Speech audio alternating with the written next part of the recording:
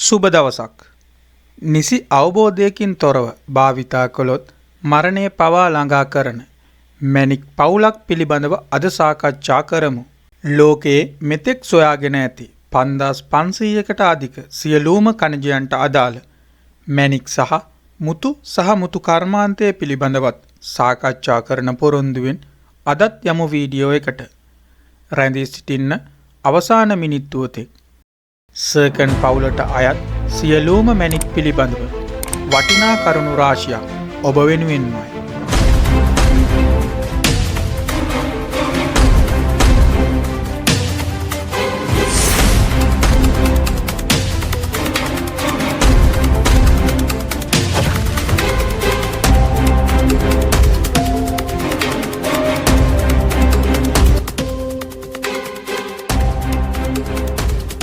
මේ සර්කන් මැණික් පිළිබඳව සාකච්ඡා කරන විට අපි මීට පෙර සර්කන් කියන වීඩියෝ එකකින් සර්කන් පවුලට අයත් සියලුම මැණික් පිළිබඳව සහ ඒට අයත් කණජයන් පිළිබඳව ඒ වීඩියෝ එකේ මූලිකව සාකච්ඡා කරලා තියෙනවා. සර්කන් පවුලට අයත් ප්‍රධාන මැණික් වර්ග පිළිබඳව සහ ප්‍රධාන කණජ වර්ගයන් පිළිබඳව සාකච්ඡා කරන විට ප්‍රධාන කණජ සහ මැණික් 6ක් සලකන්න පුළුවන්. ඒවා සර්කන්, හාෆ්නොන්, එහෙමත් නැත්නම් හාෆ්නියම් සිලිකේට්, තෝරයිට් නැත්නම් තෝරියම් සිලිකේට්, කොෆ්නින් නැත්නම් යුරේනියම් සිලිකේට්, හෙක්ස්නොටයිම් නැත්නම් යුට්‍රියම් පොස්පේට් සහ රෙයිඩයිට් සලකන්න පුළුවන්. මේ වීඩියෝ එකෙන් සර්කන් පිළිබඳව මූලිකව සාකච්ඡා කරන්නේ නැහැ. මොකද මීට පෙර වීඩියෝ එකකින් ඒ පිළිබඳව සාකච්ඡා කරලා තියෙන නිසා. අනෙකුත් සියලුම මැණික් සහ කණජයන් පිළිබඳව මේ වීඩියෝ එකෙන් අපි සාකච්ඡා කරමු. මීට පෙර සර්කන් පිළිබඳව සාකච්ඡා කරපු වීඩියෝ එක බැලුවොත් ඔබට සර්කන් පිළිබඳව පැහැදිලි අවබෝධයක් ලබා ගන්න පුළුවන්. සර්කන් පවුලට අයත් මේ කණජයන් සහ මැණික් තුල විකිරණශීලී මූලද්‍රව්‍යයන් බොහෝ විට අන්තර්ගත වෙනවා. ඒ නිසා මේවා බොහෝමයක් විකිරණශීලී ගුණ පෙන්වනවා. මේවා ළඟ තබා ගැනීම මගින් මේ විකිරණශීලී මූලද්‍රව්‍යයන් වලින් ශරීරයට බලපෑම් ඇති කරන නිසා බොහෝ විට මේවා ළඟ තබා ගැනීම මගින් පිළිකාවන් ශරීරයේ අභ්‍යන්තරයේ ඇති වෙන්න පුළුවන්. ඒ නිසයි මේවා ළඟ තබා ගැනීම ඊටමත් භයානක වෙන්නේ. ඔබ මැණික් පිළිබඳව උනන්දුවක් දක්වන්නෙක් නම් හෝ මැණික් ශ්‍රේෂ්ඨයේ යෙදෙන්නෙක් නම් ඔබට මේ වීඩියෝ එක ඊටමත් වැදගත් වෙන්න පුළුවන්. ඒ වගේම අපි දැනටමත් මැණික් වර්ග 50කට අධික ප්‍රමාණයක් පිළිබඳව මේ YouTube channel එකෙන් සාකච්ඡා කරලා තියෙනවා. ඔබ ඒ පිළිබඳව උනන්දුවක් දක්වන්නෙක් නම් අපිව subscribe කරලා අපිත් එක්ක දිගටම රැඳී ඉන්න කියලා මතක් කරනවා. ඒ වගේම ඔබට මැණික් පිළිබඳව තිබෙන ඕනෑම ගැටලුවක් කමෙන්ට් කරන්න. අපි ඒ ගැටලුත් Q&A වීඩියෝ මාලාව යටතේ සාකච්ඡා කරනවා. දැන් එක් මැණික් වර්ගය පිළිබඳව වෙන වෙනම පැහැදිලිව සාකච්ඡා කරමු. තෝරයිට් නැත්නම් තෝරියම් සිලිකේට්. මේවා මුල්වරට හමු වී ඇත්තේ 1828 දී නෝර්වේ රටින්. නමුත් මේවා තෝරයිට් ලෙස නම් කර ඇත්තේ 1829 දී. මෙහි රසායනික ව්‍යුහය සලකන විට තෝරියම් සිලිකේට් ලෙස රසායනිකව නිර්මාණය වෙනවා. මේවා සිලිකේට් කණජ කාණ්ඩයට අයත් නීසෝ සිලිකේට් උප කණජ කාණ්ඩයේ මැණික් වර්ගයක්. ස්පටික ව්‍යුහය සලකන විට ටෙට්‍රාගනල් ස්පටික පද්ධතියෙන් ස්පටිකීකරණය වෙනවා. ඒ නිසා මේවා ඩබල් රිෆ්‍රැක්ටිව් මැණික් වර්ගයක් වෙනවා. මේ ඩබල් රිෆ්‍රැක්ටිව් කියන්නේ ද්විත්ව වර්තිත මැණික් වර්ගයක් කියන එකයි. විද්‍යාගාර තුලදී විද්‍යාත්මකව පරීක්ෂා කර මේවා පැහැදිලිව හඳුනා ගැනීමට භාවිතා කරන පරීක්ෂණවල පාඨාංක සැලකීමේදී hardness දෘಢතාවය 4.5 අතර වෙනවා. specific gravity සාපේක්ෂ ගුරුත්වය 4.1 7.2 අතර වෙනවා. refractive index වර්තනාංකය 1.79 1.84 අතර වෙනවා. මේ පරීක්ෂණ පිළිබඳව අපි මීට පෙර පැහැදිලිව සාකච්ඡා කරලා තියෙනවා. ඒ වීඩියෝ වල ලින්ක් මම පහළ ඩිස්ක්‍රිප්ෂන් එකේ දාන්නම්. ඔබ අලුත් සමාජිකයෙක් නම් හෝ මැණික් පිළිබඳව උනන්දුවක් දක්වන්නෙක් නම් ඒ වීඩියෝස් බලන්න ඔබට ඒ පිළිබඳව පැහැදිලි අවබෝධයක් ලබා ගන්න පුළුවන්. මේවා හමුවන රටවල් අතර ශ්‍රී ලංකාව, ඉන්දියාව, නෝර්වේ, මැඩගස්කරය, කැනඩාව, ජර්මනිය සහ ඇමරිකා එක්සත් ජනපදයේ යන රටවල් ප්‍රධාන වෙනවා. ඒ නිසා ඔබ මේ පිළිබඳව දැන ගැනීම අත්‍යවශ්‍යයි. මේ තෝරයිට්, කහ, දුඹුරු, රතු, කළු, කොළ, අලු සහ රතු දුඹුරු යන පාට වලින් ප්‍රධාන වශයෙන් හමු වෙනවා. මේ තෝරයිට් තුල අඩංගු වන ට්‍රේස් එලිමන්ට් එහෙමත් නැත්නම් ශුද්ධ මූලද්‍රව්‍යයන් ලෙස uranium, cerium, neodymium, calcium, ferrous, phosphorus, aluminium, sodium සහ ක්ලෝරින් යන ශුද්ධ මූලද්‍රව්‍ය අඩංගු වෙනවා. මේ ඇලුමිනියම්, සෝඩියම්, පොස්පරස්, ක්ලෝරින් කියන ශුද්ධ මූලද්‍රව්‍ය ඉතාමත් අල්ප වශයෙන් මේ තෝරයිට් තුල අඩංගු වෙනවා. නමුත් යුරේනියම් ශුද්ධ මූලද්‍රව්‍ය සලකන විට මේ තෝරයිට් තුල ඉතා බහුලව අඩංගු වන ශුද්ධ මූලද්‍රව්‍යයක් ලෙස සඳහන් කරන්න පුළුවන්. මේ යුරේනියම් ශුද්ධ මූලද්‍රව්‍ය තෝරයිට් තුල අඩංගු වන්නේ තෝරයිට් වල තෝරියම් ප්‍රතිස්ථාපනය කිරීම මගින්. සීරියම් සහ නියෝඩිමියම් යන ශුද්ධ මූලද්‍රව්‍යයන් සලකන්නේ රෙයා අර්ත් එලිමන්ට්. එහෙමත් නැත්නම් ඉතාමත් දුර්ලභව ලෝකයේ හමුවන මූලද්‍රව්‍යයන් විදිහටයි.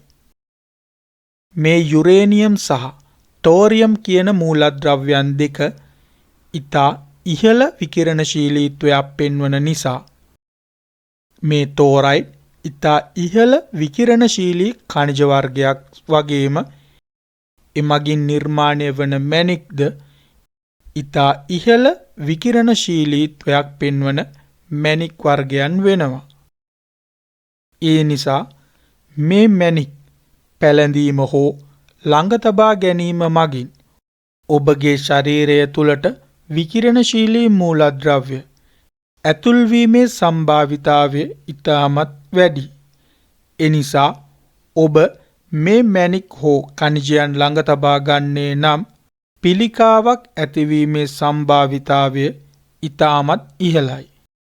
ඒ නිසා නිසි අවබෝධයකින් තොරව මේවා ළඟ තබා ගැනීම සිදු නොකරන්න. සෙනෝටයිම් නැත්නම් යුට්‍රියම් පොස්පේට්. මෙහි රසායනික ව්‍යුහය සලකන විට යුට්‍රියම් පොස්පේට් විදිහට රසායනිකව නිර්මාණය වෙනවා. මෙහි ස්පටික ව්‍යුහය සැලකීමේදී ටෙට්‍රාගනල් ස්පටික පද්ධතියෙන් ස්පටීකරණය වෙනවා. විද්‍යාගාර තුලදී විද්‍යාත්මකව පරීක්ෂා කර මේවා පැහැදිලිව හඳුනා ගැනීමට භාවිතා කරන පරීක්ෂණවල පාඨාංක සැලකීමේදී hardness දෘಢතාවය 4.5 වෙනවා. ස්පෙસિෆික් ග්‍රැවිටි සාපේක්ෂ ගුරුත්වය 4.4ත් 5.1ත් අතර වෙනවා. රිෆ්‍රැක්ටිව් ඉන්ඩෙක්ස් වර්තනාංකය 1.72 බිංදුවත් 1.815ත් අතර වෙනවා. මේවා ශ්‍රී ලංකාව, නෝර්වේ, ස්වීඩනය, බ්‍රසීලය, මැඩගස්කරය, ඇමරිකා එක්සත් ජනපදය, තාජිකිස්තානය, පාකිස්තානය සහ ෆ්‍රාන්සය යන රටවල් වල ප්‍රධාන වශයෙන් හමු වෙනවා. මේවායේ පාට සැලකීමේදී දුඹුරු, රතු දුඹුරු, අලු, කොළ දුඹුරු සහ කහ යන පාටවලින් ප්‍රධාන වශයෙන් හමු වෙනවා. මේ තුල අඩංගු වන ශුද්ධ මූලද්‍රව්‍යයන් සලකන විට ෆෙරස්, කැල්සියම්, ලෙඩ්, සිලිකන්, හෆ්නියම්, සර්කෝනියම්, තෝරියම් සහ යුරේනියම් යන ශුද්ධ මූලද්‍රව්‍යයන් අඩංගු වෙනවා. මේ ශුද්ධ මූලද්‍රව්‍යයන් ලෙස තැන්පත් වන තෝරියම් සහ යුරේනියම් ශුද්ධ මූලද්‍රව්‍යයන් වලට අමතරව මෙහි රසායනික ව්‍යුහයේ යුට්‍රියම් ශුද්ධ මූලද්‍රව්‍යයක් තිබීම හේතුවෙන් විකිරණශීලී මූලද්‍රව්‍යයන් වෙනවා. ඒ නිසා මේ සෙනෝටයිම් විකිරණශීලී වෙනවා. මේ විකිරණශීලී වල බලපෑම් හේතුවෙන් මිනිස් ශරීරය තුළ පිළිකාවන් නිර්මාණය වීමේ සම්භාවිතාවය ඉතාමත් ඉහළයි. ඒ නිසා මේ සෙනෝටයිම් භාවිතා කිරීම හෝ ළඟ තබා ගැනීම ඔබගේ ශරීර සෞඛ්‍යයට බලපෑම් ඇති කරන්න පුළුවන්. ඒ නිසා මේවා ළඟ තබා ගැනීම නුසුදුසු ක්‍රියාවක් වෙනවා. රෙයිඩයිට් නැත්නම් සර්කෝනියම් සිලිකේට් මේවා රසායනිකව සර්කන් වලටම සමානකම් පෙන්නුවත් මේවා නිර්මාණය වීමේදී සිදුවන යම් යම් වෙනස්කම් හේතුවෙන් සර්කන් වලින් වෙනස් වන ඛනිජ වර්ගයක් සහ මැණික් වර්ගයක් විදිහට සලකනු ලබනවා. සර්කන් මැණික් වලට වඩා වැඩි උෂ්ණත්ව සහ වැඩි පීඩන තත්ත්ව යටතේදී මේවා නිර්මාණය වීම සිදු වෙනවා. ඒ වගේම සර්කන් මැණික් හා සැසඳීමේදී ඉතාමත් දුර්ලභව හමුවන මැණික් වර්ගයක් විදිහටත් සලකනු ලබනවා. මේ රෙයිඩයිට් මුල්වරට රසායනාගාරයක් තුල කෘත්‍රිමව නිර්මාණය කරලා තියෙන්නේ ඇලන් F. රීඩ් නම් විද්‍යාඥයා විසින් 1969 දී. නමුත් ඒ වන විටත් මේවා ස්වභාවිකව හොයාගෙන තිබුණේ නැහැ. ඒ නිසයි මේ රෙයිඩයිට් ඔහුගේ නමින් එනම් රීඩ් යන නම මුල් කරගෙන රෙයිඩයිට් ලෙස නම් කරලා තියෙන්නේ. පසුව 2001 වසරේදී මුල්වරට මේවා ස්කොට්ලන්තයෙන් ස්වභාවික පරිසරයක් තුල සොයාගෙන තියෙනවා. ඒ පී.බී. ග්ලාස් සහ ෂයොබින් ලොවී යන විද්‍යාඥයන් දෙදෙනා විසින් මේ මුල්වරට හමු වූ රෙයිඩයිට් ඛනිජය පිළිබඳව කාල නිර්ණය කිරීම මගින් සොයාගෙන තිබෙනවා අවුරුදු බිලියන 1.2ක් වයසයි කියලා. මෙහි රසායනික ව්‍යුහය සැලකීමේදී සර්කෝනියම් සිලිකේට් ලෙස රසායනිකව නිර්මාණය වෙනවා. මේවා සිලිකේට් ඛනිජ කාණ්ඩයට අයත් නීසෝ සිලිකේට් උප ඛනිජ කාණ්ඩයේ යටතේ වර්ග කරන මැණික් වර්ගයක්. මෙහි ස්ඵටික ව්‍යුහය සැලකීමේදී ටෙට්‍රාගනල් ස්ඵටික පද්ධතියෙන් ස්ඵටීකරණය වෙනවා. විද්‍යාගාර තුලදී මේවා විද්‍යාත්මකව පරීක්ෂා කර හඳුනා ගැනීමට භාවිතා කරන පරීක්ෂණවල පාඨාංක සැලකීමේදී හાર્ඩ්නස් දෘಢතාවය 7.5ක්ද ස්පෙસિෆික් ග්‍රැවිටි සාපේක්ෂ ගුරුත්වය 5.1ත් 5.2ත් අතරද රිෆ්‍රැක්ටිව් ඉන්ඩෙක්ස් වර්තනාංකය 1.640 බිඳුවත් 1.655 අතරද වෙනවා. මේ සියලුම පරීක්ෂණ පිළිබඳවත් මැණික් ගලක පාට තීරණය කිරීම පිළිබඳවත් ඛනිජ වර්ගීකරණය කිරීම පිළිබඳවත් අපි මීට පෙර වීඩියෝ වලින් පැහැදිලිව සාකච්ඡා කරලා තියෙනවා. ඔබ අලුත් සමාජිකයෙක් නම් ඒ වීඩියෝස් බලන්න. ඒ වීඩියෝ වල ලින්ක් මම පහළ ඩිස්ක්‍රිප්ෂන් එකේ දාන්නම්. ඒ වීඩියෝ බලලා ඒ පිළිබඳව පැහැදිලි අවබෝධයක් ලබා ගන්න කියලා මතක් කරනවා. මේවා ප්‍රධාන වශයෙන් රතු, අවර්ණ, සුදු සහ අලු යන පාට වලින් හමු වෙනවා. ඒ නිසා මේවා බැලූ බැල්මටම තිරිවනා වලට සමානකම් පෙන්වන නිසා නොදන්නා ඕනෑම කෙනෙකුන් තිරිවනා කියා රැවටි මේවා වීසි කරනවා වෙන්න පුළුවන්. ඒ නිසයි ඔබ මේ මැණික් වර්ග සියල්ලම පිළිබඳව අධ්‍යයනය කිරීම සහ අවධානය යොමු කිරීම කළ යුත්තේ. මේවා හමුවන රටවල් අතර ඕස්ට්‍රේලියාව, චීනය, ඇමරිකා එක්සත් ජනපදය, කැනඩාව, බ්‍රසීලය, ජර්මනිය, එංගලන්තය, තායිලන්තය සහ ශ්‍රී ලංකාවෙත් ඉතා සුළු ප්‍රමාණවලින් හමුවන බවට වාර්තා වෙනවා. මේ තුල අඩංගු වන ප්‍රධාන ශුද්ධ මූලද්‍රව්‍යයන් අතර හෆ්නියම්, තෝරියම්, යුරේනියම්, සර්කෝනියම් යන ශුද්ධ මූලද්‍රව්‍ය සලකන්න පුළුවන්. මේ ඉතා දුර්ලභ මැණික් වර්ගය ඉතා ප්‍රබල විකිරණශීලී මැණික් වර්ගයක් වෙන්නේ මේ තුල අඩංගු වන ප්‍රධාන ශුද්ධ මූලද්‍රව්‍ය සියල්ලම වාගේ විකිරණශීලී මූලද්‍රව්‍යයන් වන නිසායි. ඒ නිසා මේ පිළිබඳව අවධානය යොමු කිරීමකින් තොරව මේවා ළඟ තබා ගැනීම සිදු නොකළ යුතුමයි.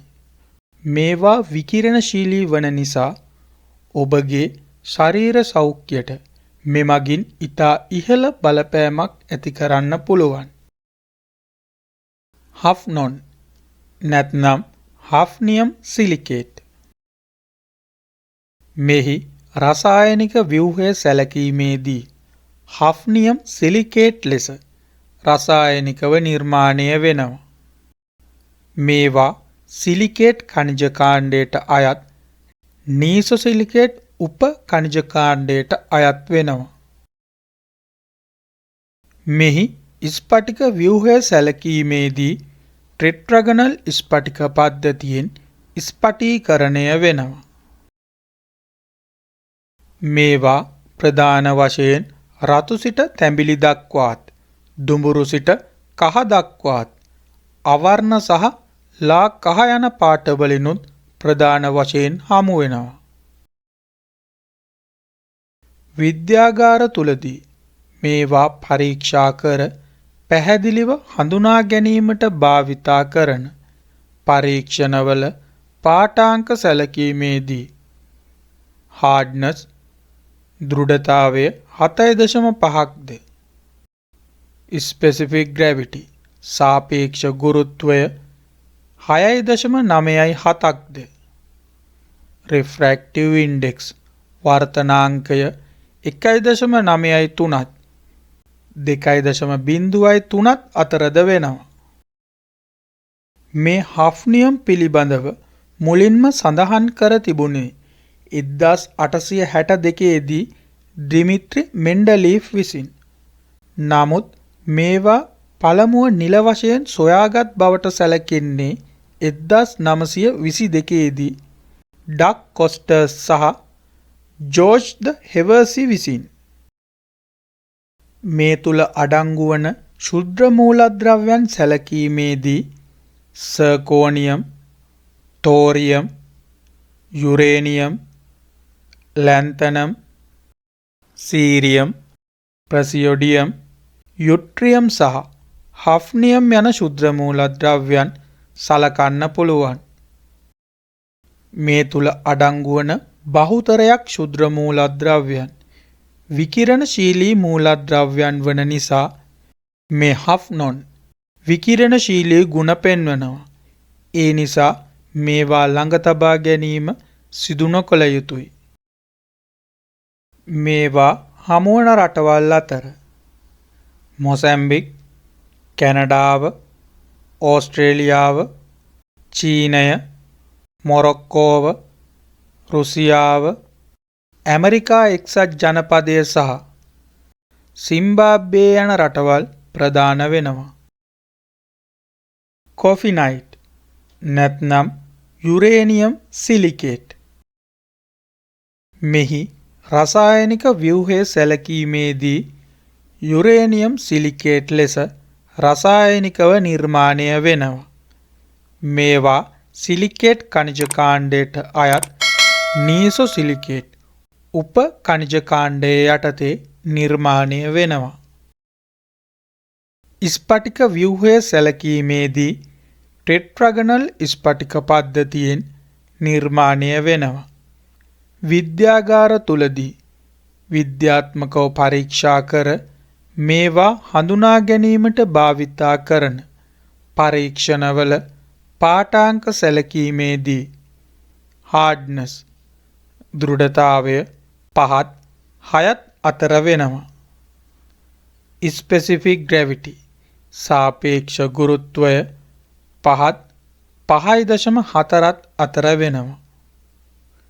රිෆ්‍රැක්ටිව් ඉන්ඩෙක්ස් වර්තනාංකය 1.72ත් 1.75ත් අතර වෙනවා. මේවා ප්‍රධාන වශයෙන් කළු, කහ, දුඹුරු සහ අඳුරු කොළ යන පාට වලින් හමු වෙනවා. මේ තුල අඩංගු වන ශුද්ධ මූලද්‍රව්‍යයන් සැලකීමේදී sodium, beryllium, zirconium, strontium, scandium, yttrium, lanthanum, neodymium, molybdenum, nickel, cobalt, copper, zinc, boron, indium, phosphorus, arsenic සහ ෆෙරස් යන ශුද්ධ මූලද්‍රව්‍යයන් ප්‍රධාන වෙනවා.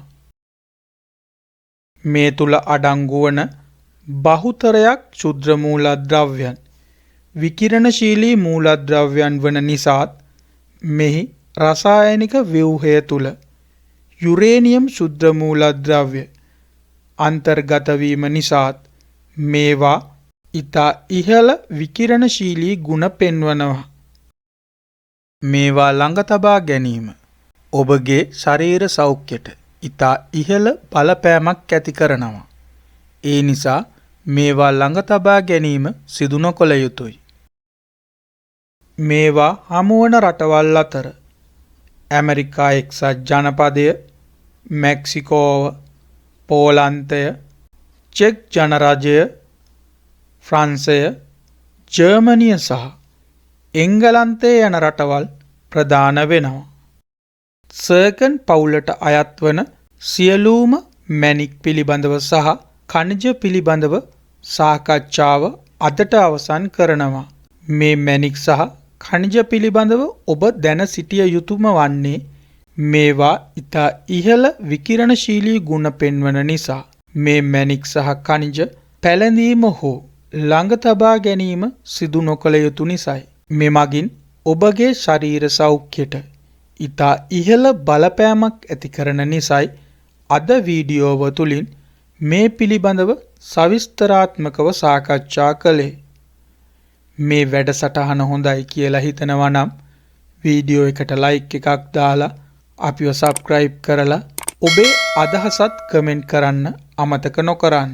ඒ වගේම අලුත් දේ ඉගෙන ගන්න කැමති ඔබේ යහළුවන්ටත් මේ වීඩියෝ ෂෙයා කරලා ඔවුන්වත් දැනුවත් කරන්න අමතක නොකරන්න. ඊළඟ වීඩියෝ එකෙන් ඔබ අහලා තිබුණු ප්‍රශ්නවලට මගේ දැනුම පරාසය තුල දෙන්න පුළුවන් උපරිම සාධාරණ පිළිතුරු සාකච්ඡා කරනවා. අද වීඩියෝ එක මෙතනින් අවසන් කරනවා. අවසානයේ තෙක් රැඳී සිටි ඔබට ස්තුතියි.